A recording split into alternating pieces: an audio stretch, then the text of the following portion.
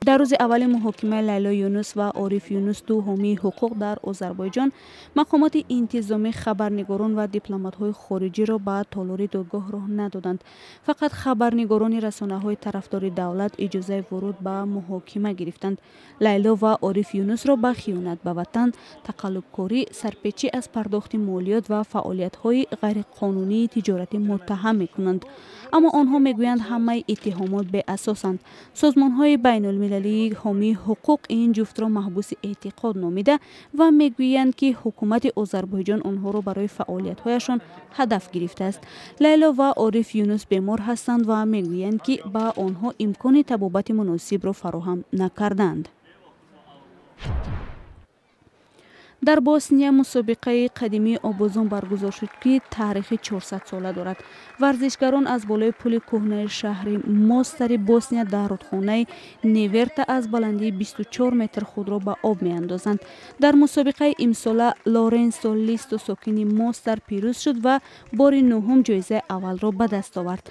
پل کهنه ماستر از زمان بنیادش در عصر 16 مثل آهنربا جانبداران جهش به آب را به خود می کشید.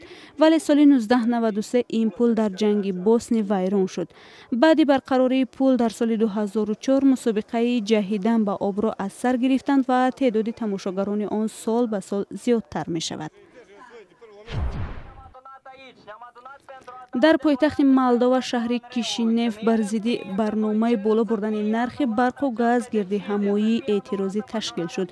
پیروان سازمان غیر دولتی شرف و حقیقت روز 26 ایول جمعی امضاها را آغاز نمودند تا اداره ناظر دولتی از 37% بالا بردن نرخ نیروی برق و 15% بالا بردن نرخ گاز طبیعی خودداری کند.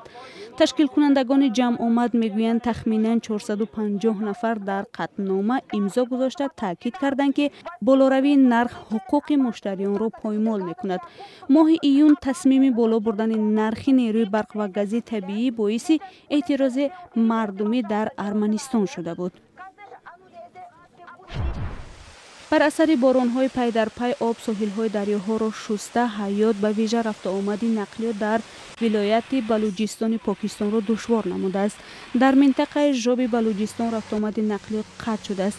در ولایت بلوچستان که از مناطق کم‌بضاعت پاکستان به شمار می رود، باران و آبخیزی‌های اخیر حیات کمش 12 نفر را از بین بردند. در ولایت خیبر پختونخوا نیز آبخیزی‌ها خانه‌ها را ویران نموده، چندین پل و راه ماشینگرد را تخریب کرده است.